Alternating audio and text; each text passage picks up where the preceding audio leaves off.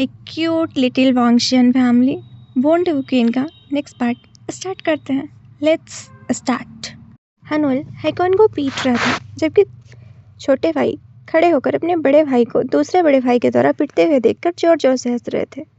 वहीं हनुल हाइकॉन को पीटने के बाद क्योंकि वह उसके छोटे भाइयों की मासूमियत को नष्ट करने की कोशिश कर रहा था, उन छोटे बच्चों की ओर मुड़ा और कहा, फादर को मेहनत करनी होगी, इससे गॉड खुश होंगे और जब भगवान खुश होंगे तो वो विंग मदर के पेट में एक नन्ही सी फेरी को भेजेंगे। ऐशा ने कंफ्यूज होते हुए पूछा, वो कैसे? हाइकॉन ने भी अपना मुंह बनाते हुए कहा, अब समझाओ। हनुल ने उसे ग्लेयर किया, देन उन तीनों की ओर मुड़ा और कहा, अगर फादर फर्क हाइड करेंगे तो राज्य के लोग खुश होंगे और जब राज्य के लोग खुश होंगे तो वो भगवान के पास जाएंगे और उनसे प्रेयर करेंगे और जब उनकी प्रेयर से गॉड खुश होंगे तो वो फादर पर खुश होकर विंग ममा के पास तुम्हारे एक एंजल को भेजेंगे। विंग ने एचा ने समझते हुए नोट किया। वहीं युआन खड़ा हुआ और उसने कहा, तब हमें जाके फादर से करना चाहिए कि वो बहुत वर्क हार्ड करें। हाँ, तभी गॉड खुश होंगे और वो एंजल को हमारे आइंग अम्मा के स्टमक में भेजेंगे। तीनों ने सहमति दी और वो तीनों छोटे भाई जल्दी जल्दी वहाँ से भाग गए। वहीं हाइकॉन ने अपना मुंह बनाते हुए कहा, देखना जब वो बड़े होंगे तो तुम्हें झूठ बोलने की वजह से एक्यूज करेंगे। वहीं हनुल ने फिर से उसे पंखे से मारा और कहा, शट अप, और वहाँ से चला गया। वहीं हाइकॉन ने अपना मुंह बनाया और कहा, लेकिन मैं तो उन्हें सच बता रहा था। वहीं एंशी ने ये सब देखा और उसने कहा, क्यूट। उसने चकल किया और वहाँ से चली गई। वेल, हाइकॉन अभी भी जैस्मिन पवेलियन में था और वो उसके लिए बच्चों को एक्सप्लेन करना कठिन हो रहा था और एंशी वहीं से गुजर रही थी और उसने ये सब कुछ देखा। दोपहर के समय जैस्मिन पवेलियन में विंग अपने बिस्तर पर लेटा हुआ था और अपने पैरों को हवा में फैला रहा था और कुछ नोवेल पढ़ रहा था। तभी एंशी आई और उसने कहा, गगा, किंग यहाँ पर हैं। विंग उसकी आंखें अभी भी नोवेल में थी और उसने कहा, वो सेमलेस परवर्ट फिर आ गया, उसे कह दो कि मैं सो रहा हूँ और मुझे डिस्टर्ब ना करे। वहीं वांग जी दरवाजे पर खड़ा था और उसने कहा, लेकिन आप अभी तक नहीं सो रहे हो। विंग ने उसकी ओर देखा और उसने कहा, परवर्ट, और उसने उसे इग्नोर किया। वहीं वांग जी ने कोल्डली कहा, लीव। एंशी ने वो किया विंग और वांग जी के सामने और दरवाजे को बंद करते हुए वहाँ से चली गई। जैसे ही एंशी ने दरवाजे को बंद किया, वांग जी तुरंत अपने बनी के पास अपनी पपी आइज दिखाते हुए पहुँच गया और बोला, मॉमी प्लीज़ फॉरगिव ना, आई एम सॉरी, मैं दोबारा ऐसा नहीं करूँगा। वहीं विंग ने उसकी ओर देखा और कहा, तुम श्योर हो कि तुम दोबारा ऐसा नहीं करोगे? 101%। विंग ने गहरी सांस ली और अपनी बाहें खोल दी। वहीं वांग जी तुरंत विंग की बाहों में आ गया और कहा, मॉमी। विंग ने चकल किया और कहा, आप सच में एक बेबी हैं। और उसने वांग जी के फोrehead पर किस किया। वहीं वांग जी ने विंग की ओर देखते हुए कहा, ओनली फॉर यू, और दोनों ने एक दूसरे को हग कर लिया। इधर शाम के समय मून पवेलियन में जे तरह तरह का मुंह बना रहा था और कहा था, मैं नहीं जाऊँगा, मैं वहाँ नहीं जाऊँगा। किया ने उसकी ओर देखा और कहा, आप इतना नाटक क्यों कर रहे हैं राजकुमार? आपको किंग ने बुलाया है तो आपको जाना चाहिए। जे ने कहा, नहीं नहीं नहीं, मैं नहीं जाऊँगा, मुझे तुम्हारे साथ फेस्टिवल में जाना है, मैं जिंगशी में नहीं जाऊँगा। किया ने गहरी सांस ली और कहा, राजकुमार, फेस्टिवल अभी 18 दिन तक और रहेगा, हम कभी भी जा सकते हैं। पर जे ने मुंह बनाया और कहा, नहीं, मैंने आज के दिन के लिए इतनी सारी प्रिपरेशन की। वहीं किया ने उसके ओर मुंह बनाते हुए कहा, आप तो ऐसे बात कर रहे हैं राजकुमार जैसे आपकी शादी कैंसिल हो गई हो। जे ने कहा, ये उससे भी ज़्यादा बुरा है।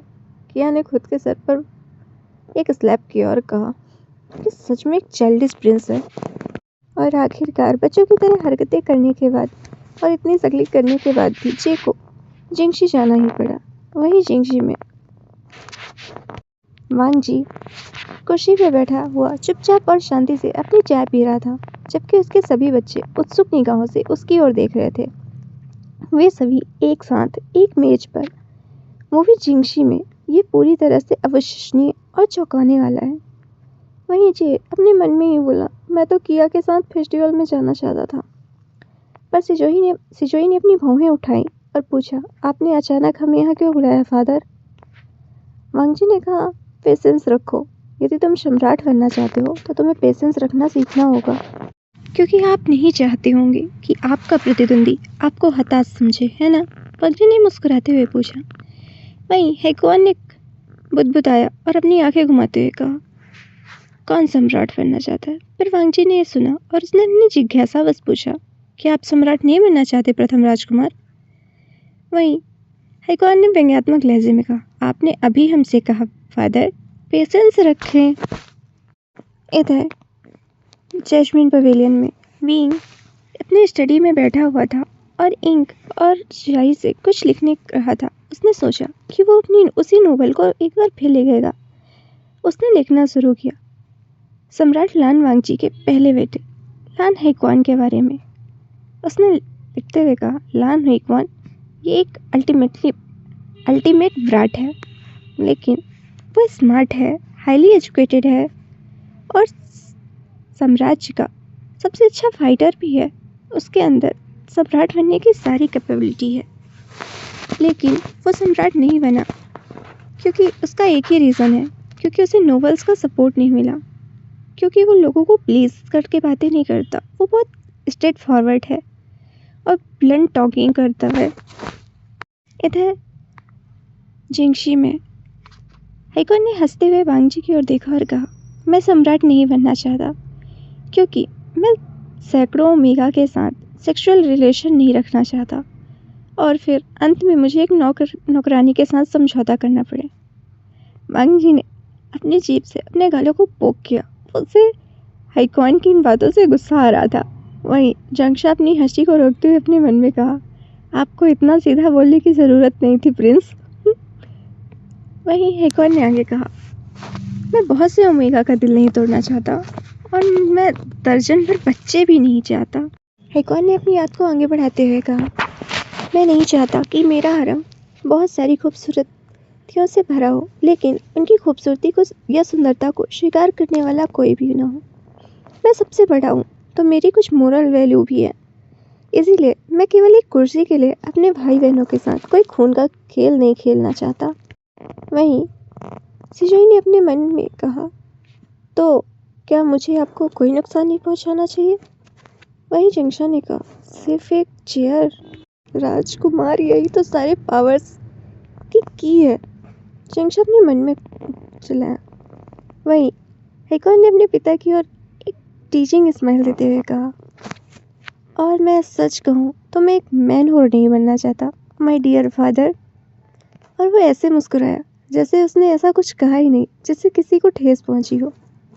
वहीं वांगजी पूरी तरह से स्पीचलेस हो गया था। वहीं विंग जो फर्स्ट प्रिंस के बारे में लिख रहा था, उसने कहा, इसीलिए नोवेल में पहले प्रिंस को नाम दिया था बिटरगार्ड। सभी राजकुमारी और पहली राजकुमारी और सभी राजकुमार हेक्वान के सीधे जवाब से पूरी तरह से अवाक और हैरान थे। उसने अपने पिता को पूरी तरह से धो डाला, जबकि वांगजी जानता था कि वो कैसा व्यवहार करता है। वह अपने बेटे की उसके प्रति राय से पूरी तरह से स्पीचलेस था। तो उसका पहला बेटा उसके बारे में ये सोचता है, और ये अच्छा है कि उसके वो 3 छोटे बेटे यहाँ नहीं हैं। वो पवेलियन में लुका छिपी खेल रहे हैं। वांगजी ने एक तंग मुस्कान के साथ कहा, आप बिल्कुल अपने अंकल के जैसे हैं। हेक्वान ने मुंह बनाते हुए कहा, आह, मेरी तुलना आप उनसे मत करें, मैं उनसे कहीं बेहतर हूँ।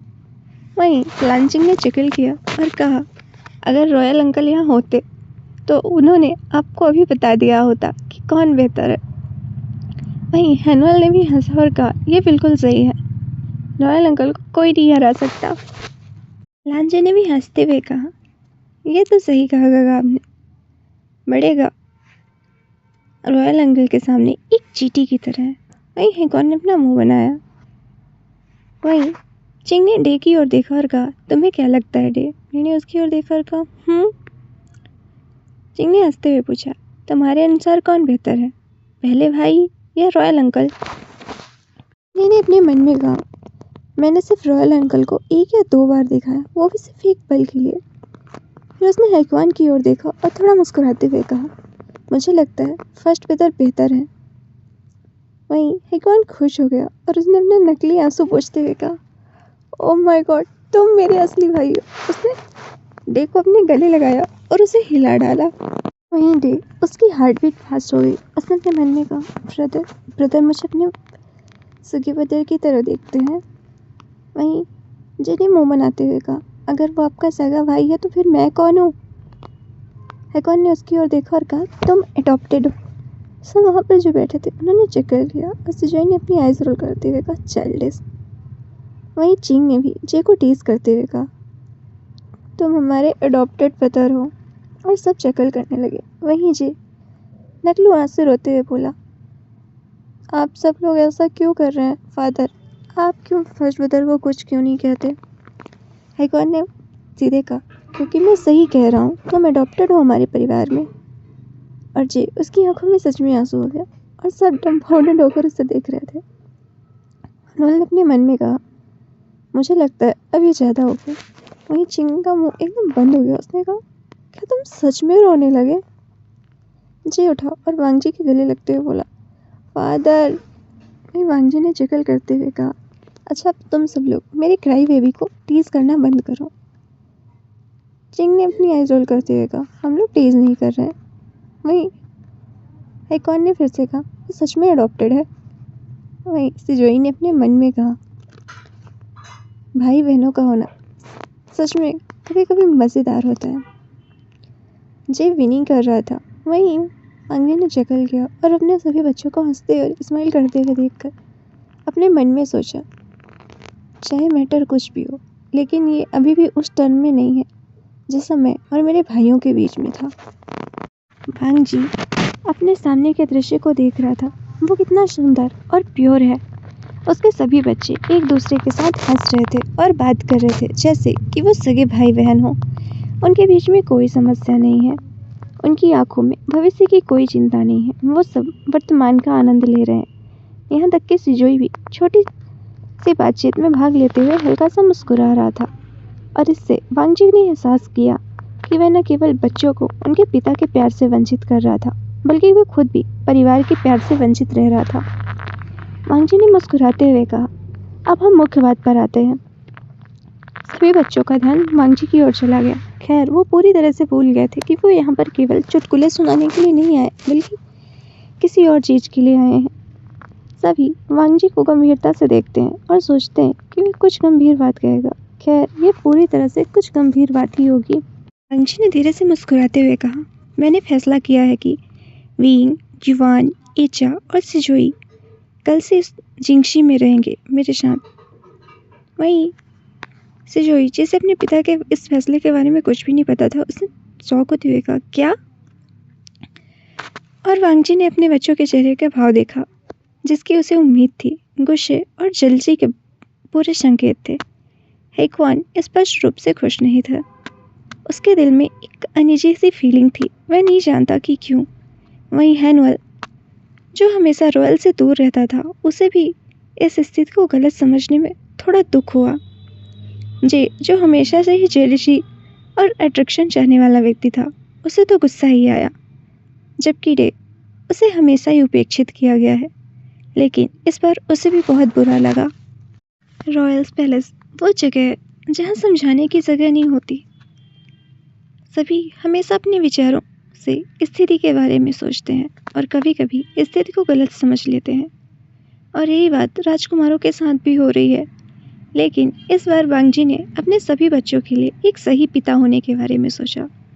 तो उसने मुस्कुराते हुए पूछा, तो मैं आप सभी से पूछना चाहता हूँ कि क्या आप सब मेरे साथ आकर यहाँ रहना चाहेंगे मेरे पास?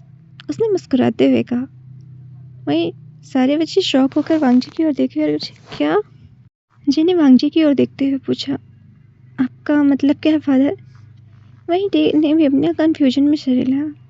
वांगजी ने मुस्कुराते हुए और उसके बालों को रफल करते हुए कहा, मेरा मतलब है कि मेरे सभी लिटिल प्रिंस क्या यहाँ मेरे पवेलियन में आकर मेरे साथ रहना चाहते हैं? वो सभी हैरान थे। ये पूरी तरह से चौक है। राजघराने की कहानी में ये सब पहले कभी नहीं हुआ था। राजकुमार अपने पिता के साथ रहे। सभी राजकुमार और राजकुमारी वास्तव में नहीं जानते कि वो कैसी प्रतिक्रिया दें। क्या उसके पिता सही कह रहे हैं या सिर्फ मजाक कर रहे हैं? लेकिन सिजोई जानता था कि यह मजाक नहीं है, क्योंकि इसमें उसकी सेकेंड मदर शामिल है और वह जानता है कि उसकी सेकेंड मदर कितनी शक्तिशाली है और उसके पिता उनके प्रति कितने आकर्षित हैं। हैकॉन ने सीरियस होते हुए कहा, लेकिन शाही घराने में ऐसा कभी नहीं हुआ। क्या आप नियम तोड़ रहे हैं? वांग जी ने उसकी ओर देखा और कहा, हर चीज़ एक बार पहली बार ज़रूर होती है और मैं सम्राट हूँ। मैं नियम तोड़ सकता हूँ और नियम बना भी सकता हूँ। अब मैं चाहता हूँ कि आप सभी 5 मिनट के भीतर निर्णय लें। उसने जंक्षा की ओर देखा और कहा, जंक्षा 300 तक की गिनती शुरू करो। जंक्षा ने मुंह बनाया और कहा, आखिरकार मैं इसका निजी सेवक हूँ, और उसने गिनती स्टार्ट कर दी। वांग जी मुस्कुराया और उसने सभी बच्चों की ओर देखते हुए बोला, जल्दी सोचो बच्चों, समय बहुत तेजी से चल रहा है। वहीं डे उसने अपने मन में सोचा, अगर मैं यहाँ रहने के लिए राजी हो जाऊँ तो क्या मुझे प्यार मिलेगा? क्या सब मुझे नकली राजकुमार कहना बंद कर देंगे? उसने अपनी उंगलियों से खेलते हुए सोचा, वो मुझे परेशान तो नहीं करेंगे, है ना? हाँ, भले ही डे दिखाता है कि उसे कोई परवाह नहीं है और वह अपने पवेलियन के अंदर अकेले रहना पसंद करता है, लेकिन ये सही नहीं है। वह भी बाहर आना चाहता है। वह एक राजकुमार के रूप में जाना चाहता है, वांग जी के असली बेटे के रूप में, नकली राजकुमार के रूप में नहीं। और वह चाहता है कि सभी उसे प्यार करें। वह एक छोटा बच्चा है जो अपनी माता और पिता का प्यार चाहता है। नीचे वो अपनी हथेली की ओर देख रहा था और उसने अपने मन में सोचा, अगर मैं यहाँ फादर के साथ रहूँगा तो मदर मुझे मार नहीं पाएंगी, है ना? वह मुझे सजा नहीं दे पाएंगी। ये छोटा राजकुमार अपनी माँ से बहुत डरता है। बच्चे अपनी माँ के साथ रहना पसंद करते हैं, चाहे कुछ भी हो, लेकिन जे अपनी माँ से दूर रहने लगता है। अपने सभी बच्चों को परिपूर्ण बनाने की कोशिश करते हुए मैं माँ बनना भूल चुकी थी, और यही उसकी गलती है, क्योंकि वह एक ऐसी महिला है जो किसी के द्वारा भूला जाना नहीं चाहती, और अपने मेट और बच्चों के द्वारा तो बिल्कुल नहीं। हैनुअल ने अपने मन में सोचा, मैं तो यहाँ लंबे समय तक वैसे भी नहीं रहता, तो चलो फादर के साथ ही रहते हैं। वो मुस्कुराए। वहीं हैकवन, उसने अपनी हथेलियों की ओर देखते हुए कहा, 1 मिनट, अगर मैं यहाँ रहा तो मैं रोज इंग्शी को देख पाऊंगा। हाँ, मैं रोज उसे देख पाऊंगा। मैं तो यही रहूँगा। वही सिजोई, उसके चेहरे पर एक हिडन स्माइल था। उसने अपने मन में सोचा, क्या मेरे पिता की गुप्त शक्ति के बारे में पता लगाने का ये आसान तरीका नहीं है? उसने मुस्कुराहट में अपने आप में कहा, आपने मेरे काम को बहुत बढ़िया अवसर दे दिया है फादर। वहीं वांग जी, जो सिजोई के उस मुस्कुराहट को देख रहा था, और अपने मन में कहा, ज़्यादा मत उड़ो बच्चे, और यह मत भूलना कि मैं तुम्हारा फादर हूँ। जिंगशन ने अपनी 300 तक काउंटिंग कंप्लीट की और उसने कहा, टाइम अप। सभी राजकुमार वांग जी को देखते हैं, जो उत्सुकता से उनके उत्तर की प्रतीक्षा कर रहा था। वांग जी को देखने वाला कोई भी व्यक्ति उसकी अभिव्यक्ति और भावना में एक खुली किताब की तरह पढ़ सकता है। वे देख सकते हैं कि वांग जी उनका उत्तर जानने के लिए कितना उत्साहित है। वे स्पष्ट रूप से कह सकते हैं, इस स्थिति में उनके पिता उनकी परवाह करते हैं, उनके पिता उनसे प्यार करते हैं। यह सिर्फ एक साधारण वाक्य की तरह लग रहा था, लेकिन सभी राजकुमारों को इस वाक्य के मूल्य को जानते हैं। वांग जी ने कहा, चलो जल्दी जल्दी अपना आंसर बताओ। डे ने मुस्कुराते हुए कहा, मैं कल यहाँ आ जाऊँगा। वहीं जे ने भी अपनी मुस्कुराहट देते हुए कहा, मैं भी कल यहीं से रहूँगा। हैकॉन ने भी अपना हाथ उठाते हुए कहा, मैं भी आऊँगा। नोल ने भी स्माइल देते हुए कहा, तो फिर मैं क्यों नहीं आऊँगा, मैं भी यहीं रहूँगा। वहीं वांग जी खुश हो गया और उसने कहा, वाह, मेरे पास तो यहाँ एक बहुत बड़ी फैमिली होगी। वांग जी की ऐसी खुशी देखकर जंक्शन ने अपने मन में सोचा, क्या यही सम्राट है? क्या ये किसी और के साथ बदल तो नहीं गए हैं? उसके चेहरे पर कंफ्यूजन थी। वहीं विनिंग उन्हें देखकर मुस्कुराया। फिर उसने आसमान की ओर देखा और कहा, क्या आप खुश हैं मदर? हमारा छोटा लंजा आखिरकार अब वह खुशी पा रहा है जिसका वो हकदार है। वही सबके जवाब के बाद भी लांजिंग ने अपना कोई जवाब नहीं दिया था। वांगजी ने चिंग की ओर देखा और कहा, चिंग? चिंग ने स्माइल के साथ कहा, फादर, मैं पहले अपनी मदर से पूछूंगी इस बारे में। वांगजी ने स्माइल के साथ कहा, और मुझे पता है वो हाँ ही कहेंगी। और उसके बाद सभी राजकुमार और राजकुमारी अपने पिता के साथ भोजन करके अपने अपने पवेलियन में चले गए। सभी अपने अपने कारणों से खुश थे, लेकिन यह निश्चित था कि वे सभी वास्तव में खुश थे। चाहत और प्यार की भावना कुछ ऐसी थी जिसे उन्होंने शायद पहली बार अनुभव किया था। रात के समय जनरल के मैनर पे पूरा जनरल का मैनर खून की बारिश में डूबा हुआ था। बाहर भारी बारिश हो रही थी, किसी की दर्दनाक मौत का संकेत दे रही थी। सभी नौकरानियां और रक्षक मारे गए। खैर, उन्होंने जनरल को साम्राज्य की प्यारी राजकुमारी को धोखा देते हुए देखा, लेकिन उन्होंने सम्राट से एक शब्द भी कहने की परवाह नहीं की। उन्हें अपने किए पाप का भुगतान करना चाहिए, है ना? और उनमें से बहुत से जनरल के गलत कामों में शामिल थे और कुछ दूसरे घराने के जासूस थे। मरना उनकी नियति थी। जनरल को कुर्सी से बांध दिया गया था। वह बुरी तरह घायल था। उसके ओठों और माथे से खून बह रहा था। वह एक कुत्ते की तरह था जिसे पीट पीट कर मार डाला गया था, जिसे बुरी तरह से पीटा गया, लेकिन उस कमीने में अभी भी पागल कुत्ते की तरह चिल्लाने की ताकत थी। उसने चिल्लाते हुए कहा, तुम लोग मुझे नहीं मार सकते। मैं जनरल हूँ, मैं अनडिफीटेड जनरल हूँ।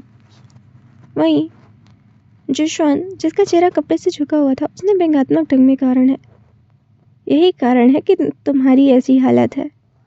वहीं कुछ रंगशाह, जिसका चेहरा कपड़े से ढका हुआ था, अपनी हंसी को रोक रहा था। वहीं बेनिंग ने उसे एक मुक्का मारते हुए कहा, एक अनडिफीटेड जनरल आज पूरी तरह से डिफीटेड हो गया। जनरल के मुंह से खून आ गया। वो नीचे गिर पड़ा। वहीं जनरल ने गुस्से में कहा, किंग तुम में से किसी को नहीं छोड़ेंगे।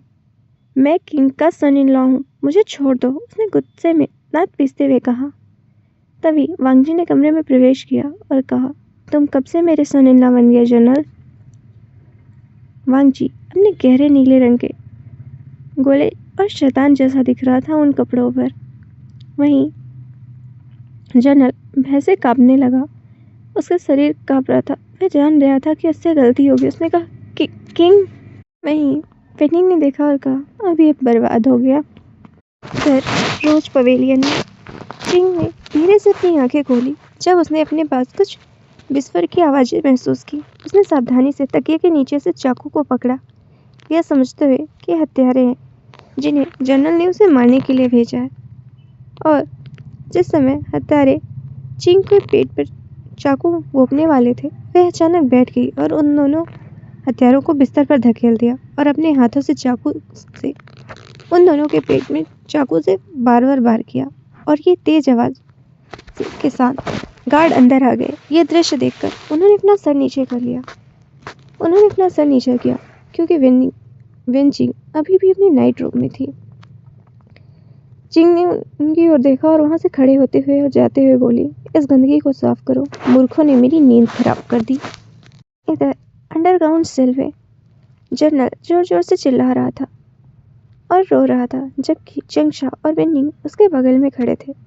खैर, जोशुआन बाहर था क्योंकि वह बर्दाश्त नहीं कर सकता कि वांगजी लोगों पर कैसे अत्याचार करता है। ये बहुत ही घृणित और भयानक है, बहुत ही भयानक। जनरल जोर से चिल्लाया क्योंकि वांगजी ने उसे जलती हुई छड़ से मारा। वांगजी ने उससे कहा, तुम्हें मेरी बेटी को रुलाना नहीं चाहिए था। अब उसने उसे फिर से पीटना और हंसना स्टार्ट कर दिया। वहीं वेनिंग अब उससे बर्दाश्त नहीं हो रहा था, तो उसने किंग की ओर देखा और कहा, क्या आप अब इसकी आवाज़ बंद कर सकते हैं किंग? अपने कान को खुजलाते हुए कहा, ये मेरे कानों को नुकसान पहुंचा रही है। वांगजी ने एक डेविलिश ग्रीन किया और कहा, श्योर। और उसने जनरल को अपनी चमकती आंखों से देखते हुए जनरल ने कहा, नहीं स्टार्ट करते हैं। वहीं दर्द से उसकी आंखों से आंसू बह रहे थे। वांगजी ने एक लोहे की रॉड छोटे उठाई भाई और खड़े जनरल के होकर मुंह अपने में बड़े डाल भाई दी। को दूसरे बड़े भाई के द्वारा वहीं पीटते हुए देखकर जनरल जोर जोर से हंस गला रहे थे। जलने के कारण वहीं अब हनवल चिल्ला भी नहीं सकता हाइकॉन था। को पीटने के बाद क्योंकि वो उसके बेनिंग ने छोटे भाइयों की छुरी मासूमियत को उठाई नष्ट करने और की कोशिश कर रहा था। उसे उन जनरल छोटे की बच्चों की आंखों ओर पर लगा लगा कहा, और जनरल की फादर को आंखों मेहनत निकाल करनी लिया। होगी, वहीं इससे गॉड मंकी खुश ने होंगे। उसकी ओर देखा और कहा, और जब भगवान खुश होंगे तो वो विंग बेनिंग मदर ने के अपना पेट मुंह में बनाते एक हुए कहा, नन्ही सी फेरी को इन भेजेंगे। आंखों में मुझे एशन ने डर दिख रहा कंफ्यूज था होते हुए तो मैंने पूछा, बस इन्हें वो निकाल लिया। कैसे? हाइकॉन ने भी अपना हाँ मुंह जी, बनाते हुए कहा, बेनिंग अब को समझा। जजिंग आंखों से देख रहा हनवल था। ने उसे वहीं ग्लेयर किया। देन जिनसे उन तीनों दोनों को की ओर देखते हुए मुंह और कहा, बताया, क्रेजी अगर बिच। फादर वहीं फर्क हाइड मंकी ने करेंगे चेचा को ग्लेयर किया और तो कहा, क्या कहा राज्य के तुमने? लोग खुश होंगे, और नेल्सन जब ने राज्य मुंह के बनाते लोग हुए खुश कहा, होंगे तो वो लॉन्ग भगवान लाइफ के इज पास मेजेस्टी। जाएंगे और उनसे प्रेयर करेंगे।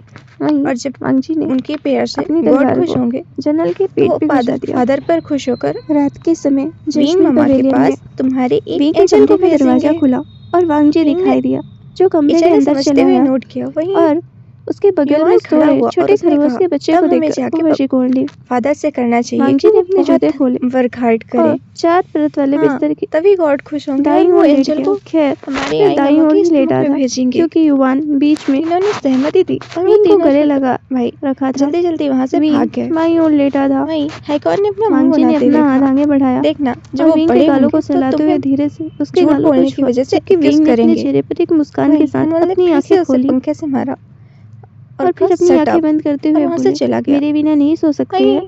हाइकॉन ने अपना मुंह बनाया और वांगजी कहा, लेकिन मैं मुस्कुराया तो उन्हें और सच उसने धीरे बता से रहा कहा, था। हाँ मैं तुम्हारे वहीं बिना नहीं एंशी सो ने ये सकता। सब देखा और उसने कहा, क्यूट। विंग ने चुकेल किया उसने चकल किया और और वहाँ से चले उसने गए।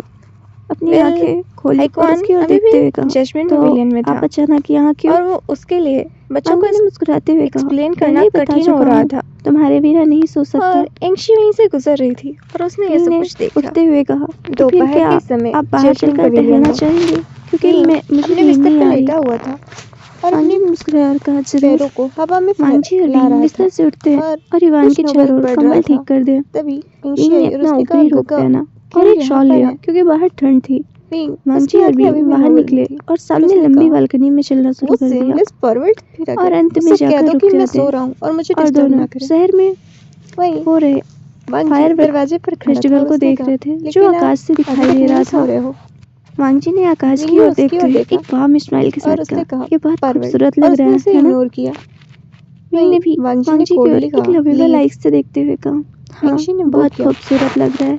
विंग और वांगजी के सामने और वांगजी दरवाजे ने को बंद करते हुए वहाँ विंग से की ओर चली गई। देखा और कहा, मैं जैसे ही हमेशा एंशी ने तुम्हारे दरवाजे को साथ बंद फायरवर्क किया, देखना चाहता हूँ वांगजी हर तुरंत साल। अपनी बनी के पास अपनी पपी विंग आइज दिखाते वांगजी के हुए शोल्डर पहुंच पर गया। लीन बोला, हुआ और कहा, मम्मी मैं भी। प्लीज फॉरगिव ना। वहीं वांगजी ने आई एम विंग के सॉरी, चारों मैं ओर दोबारा ऐसा अपनी नहीं करूंगा। बाहें लगा ली और उसे अपनी विंग ने ओर उसकी करीब ओर खींच देखा और लिया। कहा, वहीं तुम विंग ने श्योर एक हो कि सैडली तुम दोबारा स्माइल ऐसा की नहीं और करोगे? कहा, लेकिन 101%। रियल विंग एक साल के अंदर मर विंग ने जाएगा। गहरी सांस ली और और शायद अपनी मैं बाहें भी खोल दी। कि सोचते हुए उसका गला सूख रहा था। वांगजी तुरंत विंग की तो बाहों गाइस में आ गया आज के और लिए कहा, इतना ही, बस मम्मी। मिलते हैं कल। विंग ने चकल किया और कहा, लव यू। आप सच में एक बेबी हैं। और उसने वांगजी के फोrehead पर किस किया। वहीं वांगजी ने विंग की ओर देखते हुए कहा, ओनली फॉर यू। और दोनों ने एक दूसरे को हग कर लिया।